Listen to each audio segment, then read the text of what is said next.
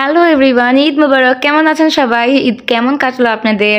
আশা করি সবার ঈদ ভালো কেটেছে। তো কুরবানির ঈদ আসলে ভালো কাটার কোনো সুযোগই নেই, কারণ হচ্ছে সারাদিন অনেক কাজ থাকে। সকাল থেকে রান্না বান্না সহ কুরবানির হওয়ার পর ভুঁড়ি পরিষ্কার করা, মাংস রান্না করা, মাংস বিলি করা, সব কিছু নিয়ে পুরো একটা ব্যস্ততম দিন চলে যায় কুরবানির ঈদ। তো আমার ঈদটাও তেমনই কেটেছিল।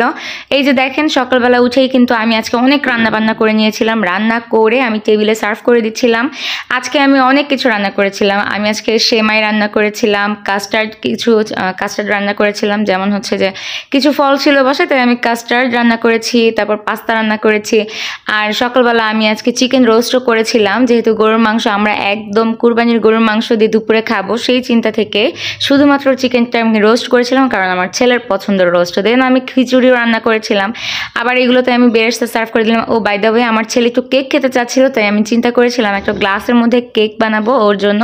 তাই সেখানে আমি কিছু ডেজার্ট আইটেম হিসেবে কেকও বানিয়ে নিয়েছিলাম। আমি সকালবেলা উঠেই রান্না করে একদম গোসল করে ফ্রেশ হয়ে জামা পরে দেন আমি টেবিলে খাবারটা সার্ভ করে দিই। আচ্ছা, আমার সকালটা কিন্তু শুরু হয় মিষ্টি মুখ করেই, কারণ আমি চাচ্ছিলাম আমি প্রথমে কিছু খেয়ে নিই, পরে আসলে সারাদিনের ব্যস্ততায় কিছুই খাওয়া যাবে না। তো আমি এখানে একটু কাস্টার্ড খেয়ে নিয়েছিলাম।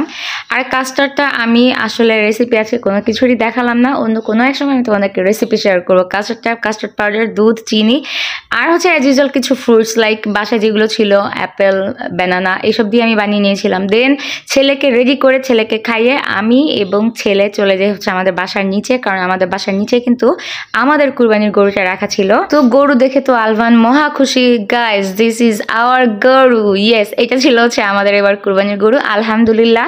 আসলে কুরবানি তো কুরবানি, আপনি সেখানে একটা খাসি বা একটা ছাগল যদি কুরবানি দেন, সেটাও আল্লাহর দরবারে যদি আল্লাহ কবুল করেন কুরবানি হয়ে যাবে। আর এখানে যদি আপনি গরুও কুরবানি দেন, সেটাও আপনার কবুল হয়ে যাবে, কারণ কুরবানি হচ্ছে যে কোনো একটা পশু কুরবানি দেওয়া। তো আসলে ফেসবুক রেস্ট্রিকশনের কারণে গরু কুরবানি থেকে শুরু করে দা বটি ছুরি এবং রক্ত যেখানে যেখানে দেখা যাচ্ছিল, তার কোনো কিছু ক্লিপই আমি এখানে অ্যাড করতে পারিনি। তো কুরবানির মাংস আমাদেরটা মানে কুরবানিটা হয়ে যাওয়ার পর মাংস টাংস সব বিলি করে উপরে উঠে আবার সেখানে আত্মীয় স্বজন, আমাদের পাড়া প্রতিবেশী যারা কুরবানি দেয়নি এবং দিয়েছে, আত্মীয় স্বজন থেকে শুরু করে গরিব দুঃখীদের মানে যতটুকু দেওয়া সম্ভব করছিলাম। আর এখানে আমি আজকে বেশিরভাগ কাজ করছিলাম, কারণ আমার মা একটু অসুস্থ ছিলেন। আর মায়ের বড় সন্তান হিসেবে বড় মেয়ে বা বড় ছেলের মতো কাজ করে দিচ্ছিলাম, কারণ মায়ের তো কোনো ছেলে নেই, আমাকে সব কিছু করতে হচ্ছিল আজকে। আমি এদিকে কাজ করছিলাম। আর হ্যাঁ, আমার মা কিন্তু ওইদিকে রান্না করে নিয়েছিল, বিশাল এক হাঁড়িতে গরুর মাংস রান্না করেছিল আমাদের জন্য, যেটা ক্লিপ আমার নিতে একদমই ভুলে গিয়েছি, এত ব্যস্ত ছিলাম। তবে এই যে এই ক্লিপটা কিন্তু রাত 2টা ক্লিপ, কারণ তখন আমার মনে হচ্ছিল যে এই টাটকা মাংস দেখে আমি নিজের লোভ সামলাতে পারিনি রান্না করার। বাসায় আমি আবার আমার জন্য আমার বাসায় আবার রান্না করেছিলাম এইটুকু তরকারি, কারণ হচ্ছে যে মায়েরটা যখন রান্না হয় তখন আমি ওখান থেকে ক্লিপ নিতে পারি না, কিন্তু টাটকা মাংস দেখে আমি রান্নার লোভ সামলাতে পারি নাই। তো রাত 2টা বাজে উঠে আমি আবার গরুর মাংস রান্না করছিলাম এটা। তো দেখেন কি সুন্দর কালারটা। আসলে গরুর মাংসটা না, আপনি গাইস যত কিনে খান, এই কুরবানির গরুর মাংসের মতো টেস্ট কোনো মাংসতেই পাবেন না। এবং এইটা অটোমেটিক্যালি এত সুন্দর মানে সফট হয়ে যায় এবং খুব মজা হয়।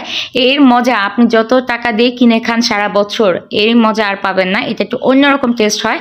তো খাওয়ার পরে আমি রান্না করে আবার খাওয়ার পরে আমার মনে হলো যে হ্যাঁ, আমি তো আবার ক্লিপ নিলাম না। তো দেখেন, এই তো শেষ। এইভাবে আমার ঈদটা আমি পালন করলাম। তবে হ্যাঁ, আমি অনেক জায়গায় ঘুরছি, বেড়াচ্ছি, সব কিছুর ব্লগ আমি আস্তে আস্তে আপলোড করবো। Till then, thanks for watching.